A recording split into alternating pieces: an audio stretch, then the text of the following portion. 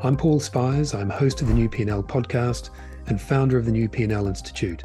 And I've been invited to host this very special series where we're focusing on innovations, insights, and intelligence for education leaders right across the sector. And indeed, anyone who wants to lift their leadership and transform their organization. This week, we're speaking to Stephen Frost, CEO of global diversity and inclusion consultancy, Included. Stephen was also head of diversity and inclusion for the 2012 London Olympics and the author of the brilliant new book, The Key to Inclusion. Stephen, a very warm welcome to the TES Leading and Learning webinar series. Thank you so much for taking the time to join us. Thanks, Paul. Pleasure to be here. Wonderful. Perhaps if we can just start with you giving a quick introduction to who you are, what you do, and who you do it for. Great. So my name's Stephen Frost. I'm CEO of Included. Included is a global impact-led diversity and inclusion consultancy. So we've been doing this for a long time, but it's increasingly up the agenda. So we do strategy, data, governance, leadership, and systems, the scope of our work for clients in a variety of sectors all across the world. And we mainly work, I suppose, with HR teams on that. But increasingly from HR, we're going into strategy, procurement, other aspects of the C-suite portfolio to try and embed inclusion in what companies do. Yes. So it's a little bit about me, and Included, been around a long time, got a great bunch of folks. And I think we're doing some really interesting work with some great clients all over. You touched on strategy 2 or 3 times there, and, a commitment to diversity and inclusion. It can't be manufactured. It's got to sit right at the heart of a businesses and organizations thinking in its culture. We're obviously talking to education leaders here, principals, senior management, senior leaders, and indeed all of those who aspire to be a senior leader in the education sector. What's your advice in terms of how they start that process of ensuring that D&I becomes part of the fabric of that organization, part of its thinking rather than just part of its dialogue? Totally. I mean, to start with the counterfactual, it's 2023. We've got to make sure that we're moving beyond performative stuff. Yes. I think in the past, people could get away with sound bites and saying the right thing.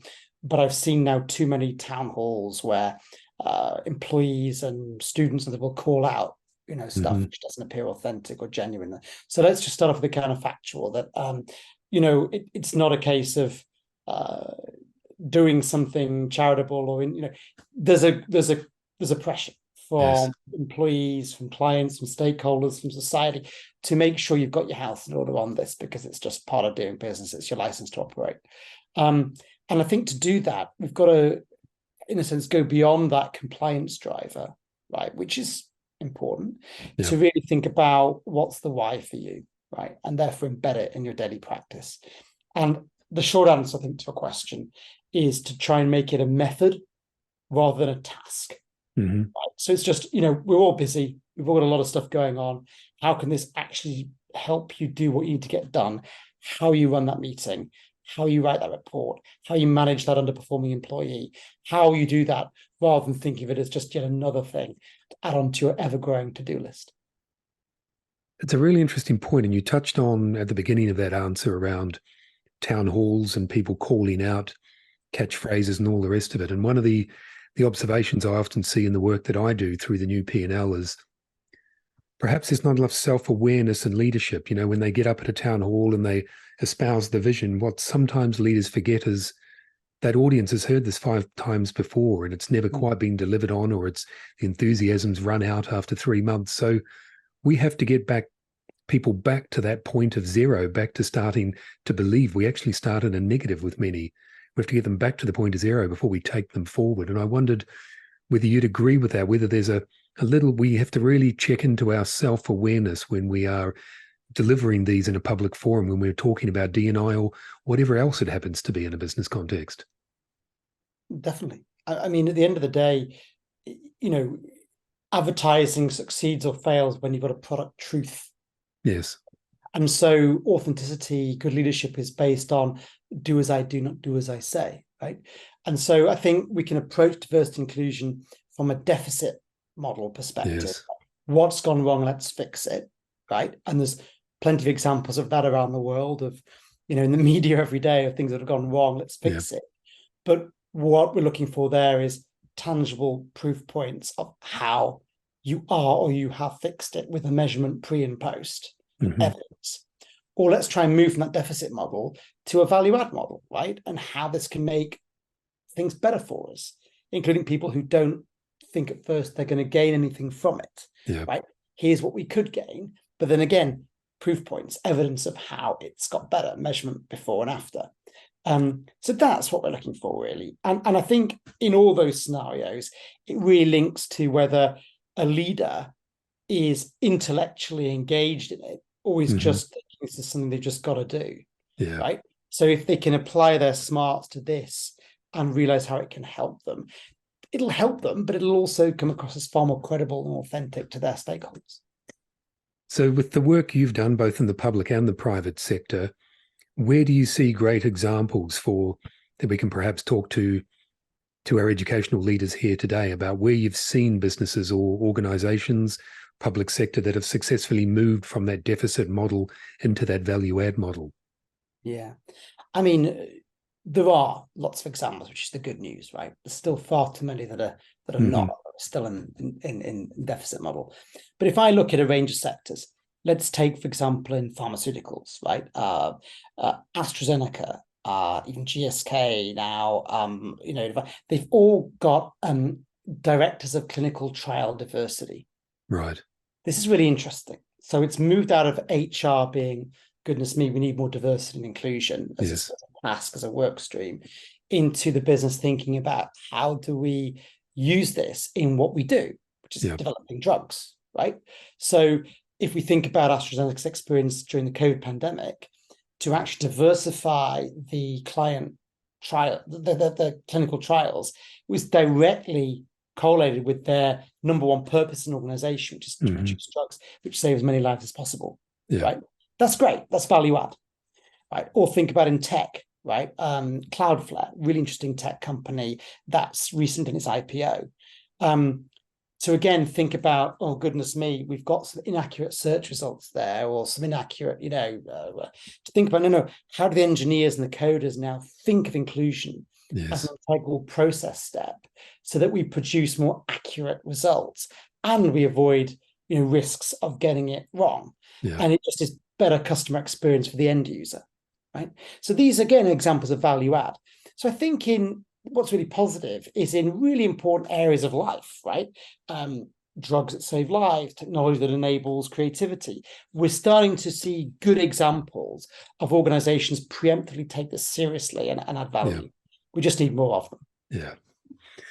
You and I have discussed previously how advances in technology have, in your words, indulged our biases and curated content and exposed us to similarity as at the expense of challenge, which can lead to complacency and polarization. And it's a wonderful summary and a phrase, I think. And this is hugely a challenge for society in general at the moment, but it's a massive challenge for schools and education leaders.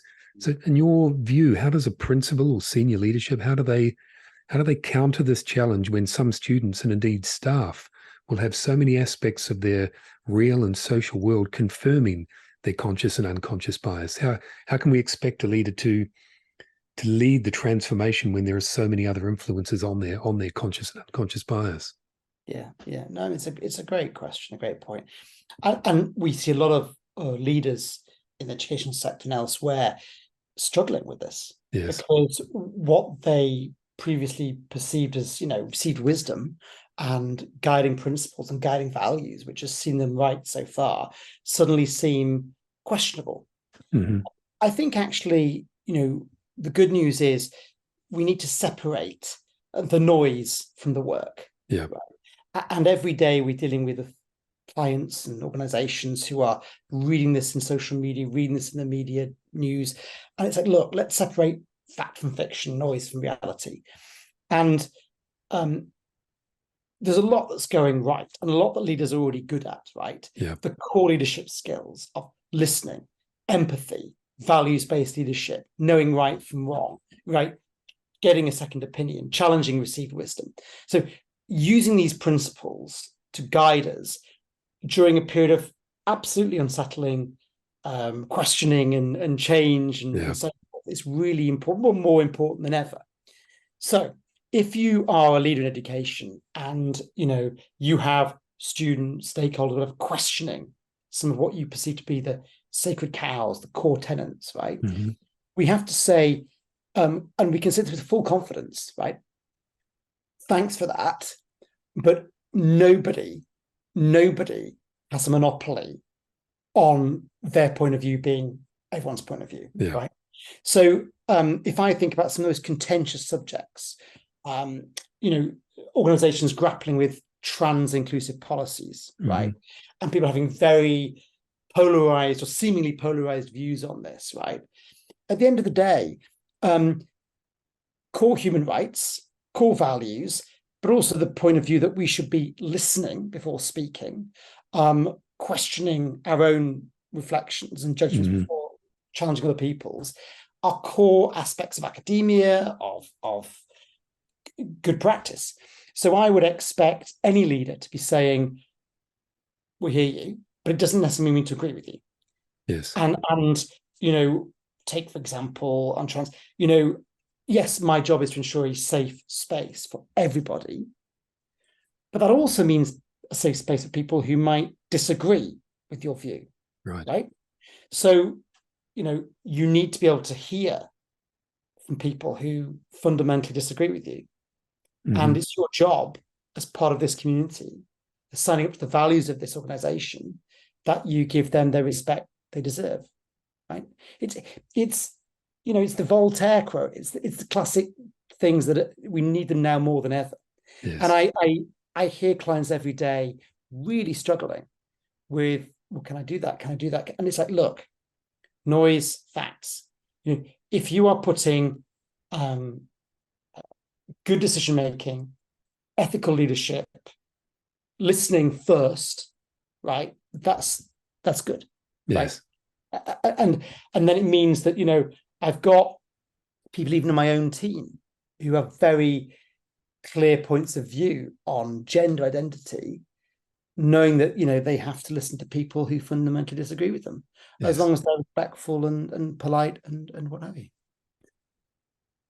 I guess in essence, a lot of what you've said comes down to that sense of belonging within a community, to being accepted and belonging and inclusive within that community. And in the first episode of this webinar series, we had Owen Eastwood, who's written his international bestseller, Belonging. And I know it's a topic that you discuss extensively as well. We asked Owen what his measurement criteria is, if you like, for belonging. And I wondered whether you have a measurement criteria. If you take an organization, a school, a business, how do you know when that commitment to belonging, to inclusiveness is beginning to work? What does it look like tangibly day to day? So this is a core competence and core thing that we do, right? Yes. We look at it quantitatively and qualitatively through our inclusion diagnostic and through other measures. You'll tell me what Owen does, right? I should know, but I don't. But we would run an inclusion diagnostic. So rather than what a lot of organizations currently do, which is ask quite passive questions or do employee opinion surveys, which are interesting, but don't actually tell you what's driving inclusion or what's hindering inclusion. We'd actually go beyond that to look at actually diagnostic questions. So if I say to you, Paul, how many times are you interrupted in a meeting? Or if I say to you, Paul, how easy is it on a scale of 1 to 10 for you to disagree with your boss without fear of retribution? Right? Back to your earlier point, actually, on, in a sense, freedom of speech versus perceived safety. That gets to the heart of what's psychological safety versus what's freedom of speech. What's acceptable versus what's not. And we can therefore measure quantitatively whether we are improving a sense of inclusion and belonging or not. Right. So if I ask you, we've got like 20 diagnostic questions along the lines of what I just said, meetings and disagreeing with your boss. If we look at those and then look at those over time, we can know whether you're getting more or less included in the organization. And critically, we can look at actually what's stopping you or enabling you being included.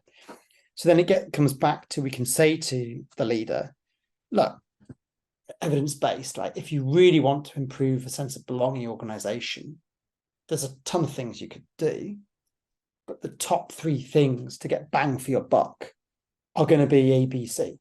Yes. Are going to be meeting etiquette, ability to disagree with the boss without retribution, and FaceTime with key influence.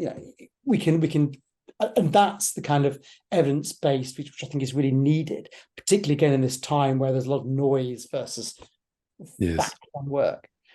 And then, of course, qualitatively, you check that with testimony and listening groups and focus groups to say, is that your sense of how it is, right? So yeah, what did Owen say? Well, he's coming at it from a performance perspective. So he's got diagnostics because he works with a lot of sports teams. So his diagnostic is focused around measuring that performance, how the team improves its performance, how it comes together as a team to lift, I guess, productivity and performance within a sports environment, particularly. So not a dissimilar thing, really.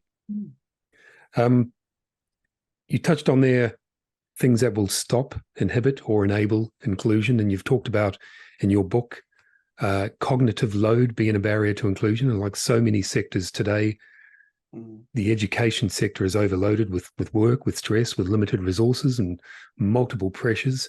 The cognitive load for educational leaders is huge, and I speak to a number of them, and it's, they're exhausted, many of them, overworked and underpaid. Talk me through the correlation between, from your perspective, between cognitive load and inclusion. Why does it create in itself such a barrier? So a couple of things here. One, we've got to assume that most people are good people, right? I don't wake up in the morning wanting to be racist. Right? I don't wake up in the morning wanting to be whatever. And so I think to remain positive and optimistic, we've got to believe most people are good people. Yes. But of course, we're all ultimately also selfish, right? In a sense of our needs as humans for love, comfort, security, food, right? Selfishness stuff. So it's really thinking about how do we work within selfishness, but actually aspire to our better angels, right? Right, yeah. Person. And I'm going to therefore go into a client with the assumption that they are suffering challenges like stress and whatever. And we know that the more that ramps up, the more we focus on our basic needs, which are quote unquote more selfish. And therefore, it's naive to go in there assuming that just because people are good people, we don't want to be racist or whatever, that we're not ultimately going to be susceptible to very basic human requirements, like I'm tired, therefore I'm going to default to my stereotypes to get through the day with cognitive shortcuts, or I'm stressed, therefore I'm going to talk to who I already understand rather than trying to understand somebody new, right? So underlying that is really, really important. And therefore, the logical consequence of that is that the biggest barrier to inclusion and belonging in organizations, even in very cantankerous academic environments sometimes, is not people deliberately being difficult, but actually they're being stressed and overworked decreases the empathy quotient in their brain to possibly engage with somebody who requires more time, thought, challenge, whatever. And of course, that's very paradoxical for academia, right? Yeah. Because you're running away from challenge. You're running away from refining those ideas and subjecting your thoughts to peer review, because you're going with what's an understandably easier option rather than leaning into something which we know might be more useful in de-risking your decisions or giving you a different perspective or whatever, but it just requires more effort. So I think that thinking about it in cognitive load is really important, because it's a way of not getting people's backs up by assuming that they're all evil and horrible and need compulsory diversity training immediately to correct them, but actually empathizing with the fact that, look, we're all stressed and busy. Given that, what do we do to try and increase the empathy quotient? Because heaven knows we need it. So do you think that is the most deeply hidden challenge within this environment? Or what do you feel in the organizations that you go into, where do you feel the most deeply hidden challenge is, and how do you uncover that within your work? When you go in, what do you see consistently that after you start to peel back the layers of the onion, if you like, you find the same thing, but it's very deeply rooted in a culture. What does that look like, and what is it? So if you take our theory of change, Mm-hmm. which is, how do you create inclusion, right? We've got a very simple theory of change, which is understand why, Yeah. lead how, and then deliver the what. What do I do? And when we go into an organization, 9 times out of 10, particularly the more senior you go, there'll be an action bias. Right. Like, what do I do? Just tell me what to do. Steve, Paul, look, I'm busy. What 3 things should I just do? And I can give you a million things you should do, Mm-hmm. right? But it's not going to change anything. It's certainly not going to be sustainable or scalable or pleasurable if you don't understand the foundations of those actions. Yes. Why and how. So I think as you peel back the onion, to use your analogy, you find all these brilliant people who just want the answer, but they're not prepared to do the personal work. Yes. Will arrive at a more sustainable, effective answer, right? And the higher you go, generally speaking, the less likely people are to admit they don't know, Mm-hmm. because you're supposed to know, right? So actually it's getting people who are least likely to be vulnerable to be a bit more vulnerable, to say, actually, Yeah. what is the why? What is the how? To come up with actions that aren't just superficial and actually will generally help.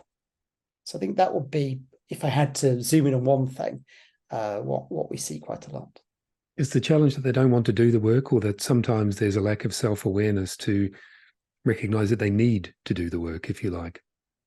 Well, I think it's the latter, right? Because back to my point about you've got to believe most people are good people. I think if I said to you, Paul, do you want greater self-awareness so that you can make better decisions which are in your own self-interest?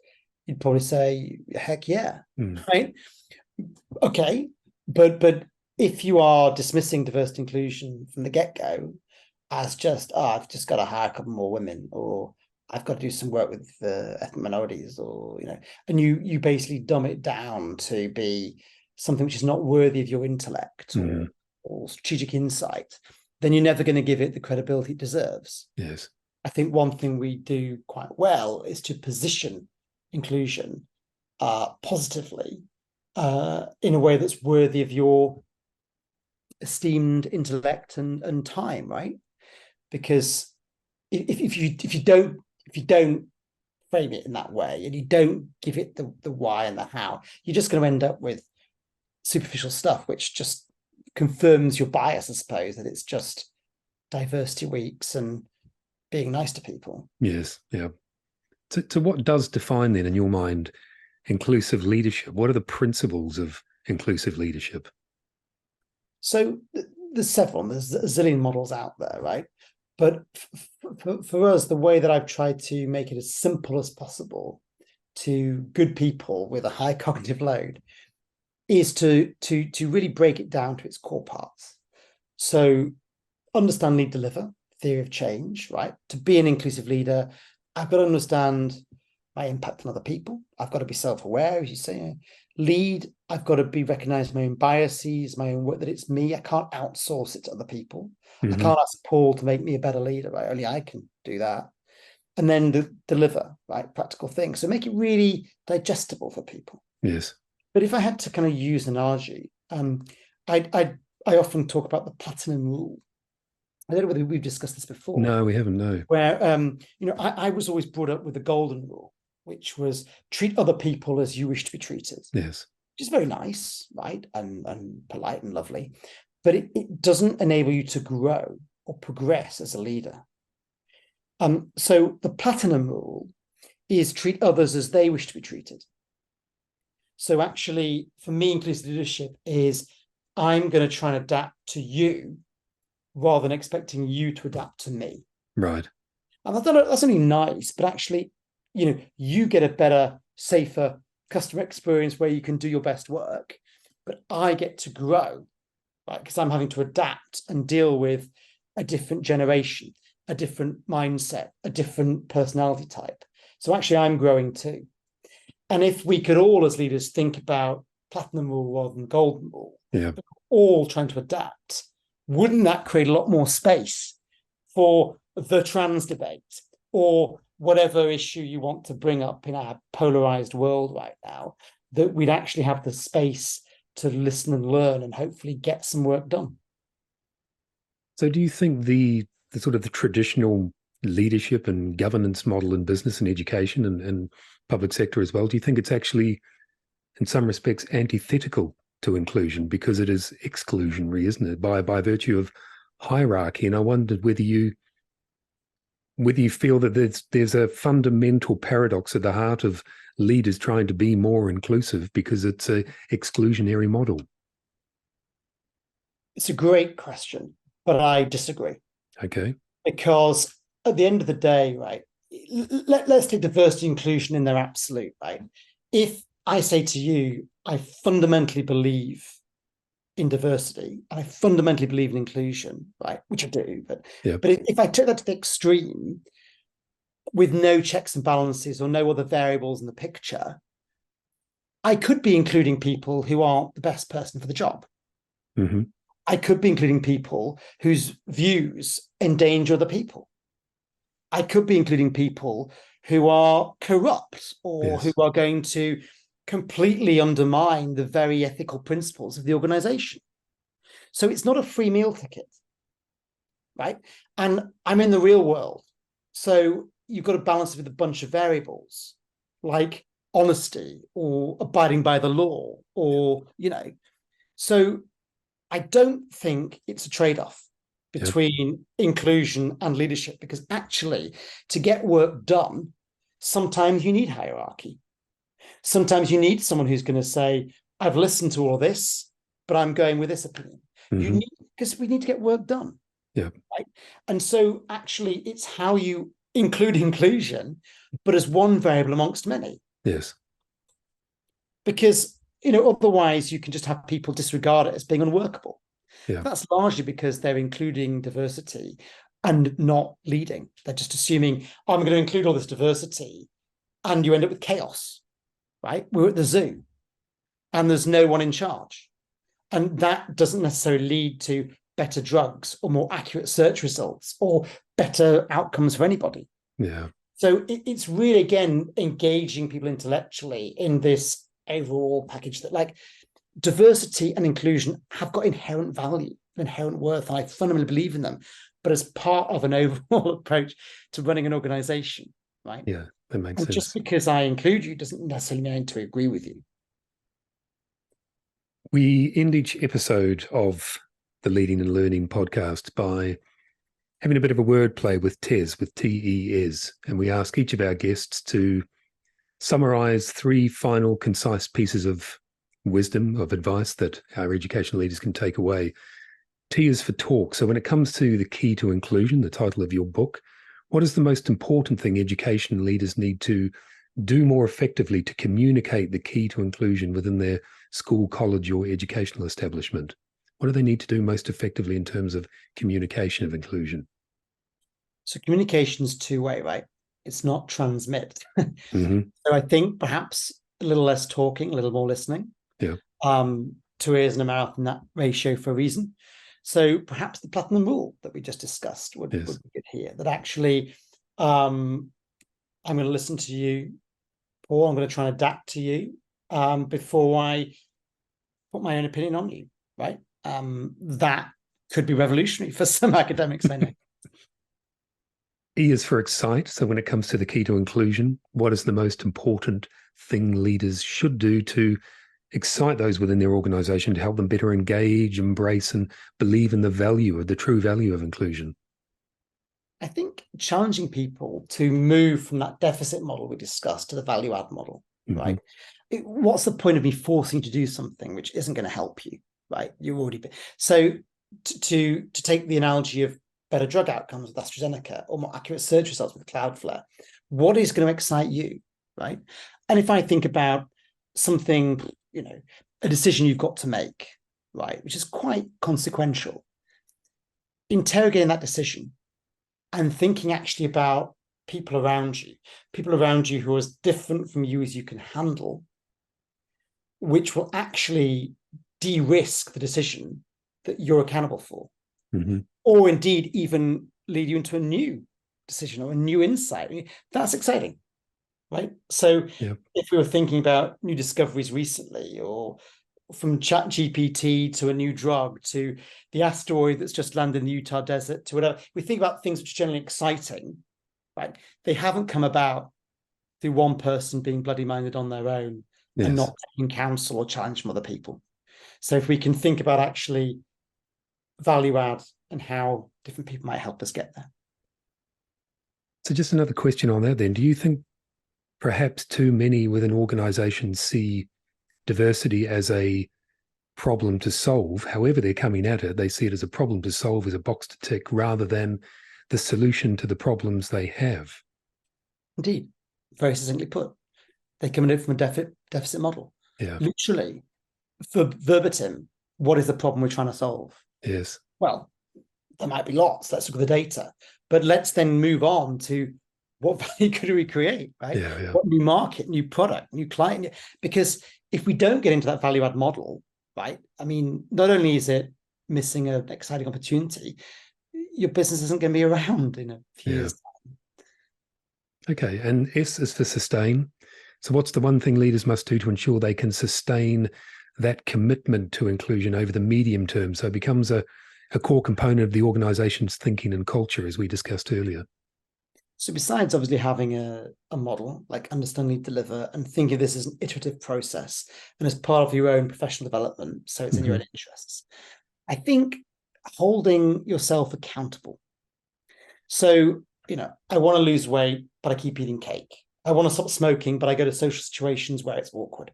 Yes. Get a friend or a partner or a colleague, or better still, someone really different from you, a mentor, mentee, get someone to partner with you to hold you accountable, because it's lonely on your own, and it's very easy to give up on your own. Like going to a gym or losing weight or stopping smoking. It's much easier when you've got someone who's, you're committed to. And so even if it's just get a buddy, get a partner, and keep yourself accountable for 2 or 3 small changes which you want to see happen over the next quarter. Great advice to end on. Stephen, I really appreciate your time. Thank you so much today. Absolute pleasure. Cheers, if listeners want to get hold of you, they want to find you, they want to buy your book, brilliant book, Key to Inclusion, how do they find the book? How do they find you? So online, we are included.com. So fairly easy to find online. And the book's there. And you can order as many copies as you like by e or hard version. And if you get in touch with us, we might even throw in a freebie, you never know. So that's how we can be contacted. Wonderful. Stephen, thank you so much for your time today. It's been a pleasure. Absolute pleasure, Paul. Take care. Thank you once again for tuning in to the latest episode of the TES Leading and Learning webinar series. I also invite you to visit the TES Leadership Hub. There's lots of content for middle leaders, interviews with senior leaders, and lots of other content besides for all of those people that would like to elevate their leadership and transform their organization. So finally, I'm Paul, host of the New P&L podcast, founder of the New P&L Institute, and your guest host for all of these episodes of the TES Leading and Learning series. Thank you so much.